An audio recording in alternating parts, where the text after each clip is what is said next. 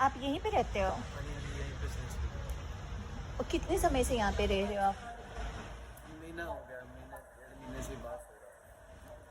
तो रात को ठंड नहीं लगती आपको? इसीलिए बुखार हुआ है, कुछ खाया नहीं है, मेडिसिन लेनी है। आपको लगे हाथ लगा के देखिए। कितनी दुख की बात है। ये लोग स्टूडेंट वीज़ा पे यहाँ पढ़ने आते हैं, वो बेचारा वहाँ बैठा हुआ है, ओवर स्टे कर गया। उनको इतनी जिम्मेवारी होना चाहिए। इसका नाम राहुल कुमार है शायद, सॉरी मैं नाम कंफ्यूज कर गई। तो ये लड़का 25 से 30 लाख दे करके इंग्लैंड आया था 2 साल पहले स्टडी वीज़ा पे। स्टडी वीज़ा पे एमएससी की पढ़ाई करने के साथ साथ ये पार्ट टाइम काम भी करता था, लेकिन 2 साल के बाद इसे कानूनी रूप से जॉब मिलनी चाहिए, तभी ये रह सकता है, क्योंकि जॉब के साथ इसे स्पॉन्सरशिप भी मिल सकती थी। इसने ट्राई किया, इसे कुछ नहीं मिला, कोई भी जॉब नहीं मिला, तो कायदे से इसे वापस इंडिया जाना चाहिए। बट इंडिया जाने के बजाय ये छुप छुपा के कहीं पर इलीगल इमिग्रेंट्स की तरह रहने लगा। पुलिस को जब इसका पता चला तो इसे पकड़ लिया और इसे असाइलम सीकिंग प्लेस पे ले गए। इसका पासपोर्ट जब्त हो गया, इसके बैंक अकाउंट सील हो गए, क्योंकि ये शायद इसके हिसाब से कहीं पर ये इलीगल इमिग्रेंट्स की तरह काम भी करता था। दैट मीन्स कि बहुत ही कम रेट पे ये काम करता था। लेकिन अगर लोग पकड़े जाएंगे किसी इलीगल इमिग्रेंट्स को काम देने के बाद, तो उसे 20,000 पाउंड की फ़ाइन हो सकती है। दैट मीन्स कि 25 से 30 लाख उसे फ़ाइन हो सकती है। इसलिए कोई काम भी नहीं देता। लेकिन ये लड़का वहाँ से भाग आया, भाग करके ये इधर उधर काम तलाश करने लगा। जब इसे काम नहीं मिला तो ये सेंसबरी सुपरमार्केट के आगे बेगिंग करने लगा। यही कार पार्क में सोता है। इसने मुझे एक ब्लैंकेट भी दिखाया जो एक पुरानी गाड़ी के नीचे ही छिपा के रखा हुआ है। तो यहाँ कार में से मैं कुछ पैसे ढूंढ रही हूँ, क्योंकि आजकल लोग कार लेके चलते हैं तो मनी हार्डली होती है। तो यहाँ बचे हुए जितने भी चेंजेस हैं ये कार में रखे हुए हैं। इसने बोला कि मैं सुबह से कुछ भी नहीं खाया हूँ। आई डोंट नो ये सच है कि झूठ है, लेकिन उसकी हालत बहुत ख़राब हो रही है। और ये थोड़ा सा मेरा लंच भी है जो मैं उसके लिए ले जाऊँगी। तो इंडिया में इसके फैमिली सोच रहे हैं कि मेरा बेटा वहाँ पढ़ाई करके काम धाम कर रहा है और इसकी ये हालत है। कितनी दुख की बात है। इनके माँ बाप ने इसे इंग्लैंड कितने उम्मीदों से भेजा है। इसने ये भी बताया कि इसने ज़मीन बेची है। इसके फादर ने ज़मीन बेच करके इसे इंग्लैंड भेजा था पढ़ाई करने के लिए, और यहाँ इसकी ये हालत हो रही है। एक सपना लेके वो इंग्लैंड में आते हैं और इंग्लैंड में उनका ये हाल हो जाता है। ये देखिए, यहाँ वो कार पार्क में सेंसबरीज के गेट के आगे बैठा है। आप यहीं पे रहते हो? हाँ जी, हाँ जी, यहीं पे और कितने समय से यहाँ पे रह रहे हो आप?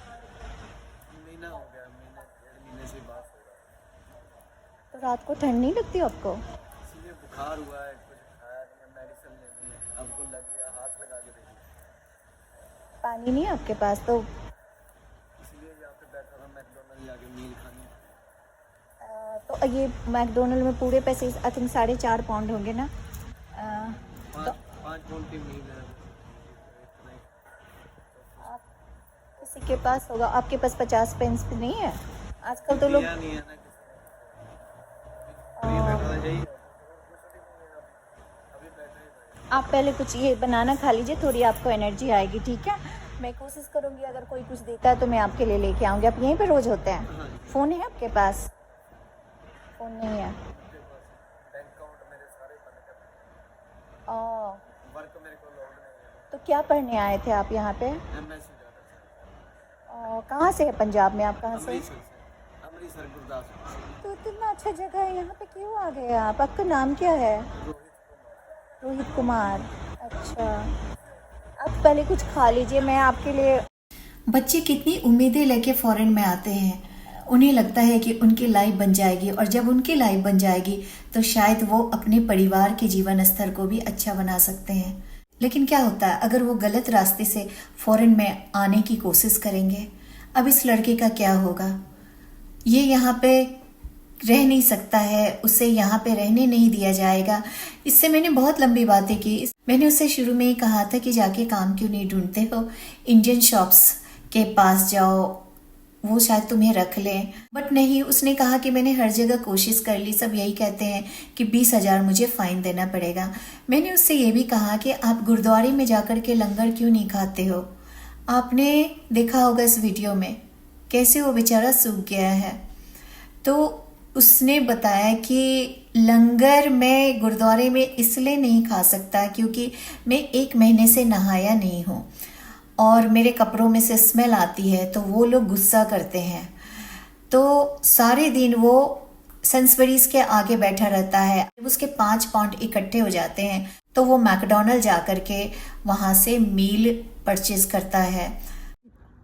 मैंने अपने एक फ्रेंड को फ़ोन किया था कि वो कुछ फूड लेके आए एंड पैरासीटामोल लेके आए। वो सब कुछ लेके आए हैं, पानी का बॉटल, पैरासीटामोल, सैंडविचेस, बट वो है ही नहीं। अभी 9:45 हो रहा है और मैं वर्क फिनिश करके वापस यहाँ सेंसबरीज पे आई हूँ।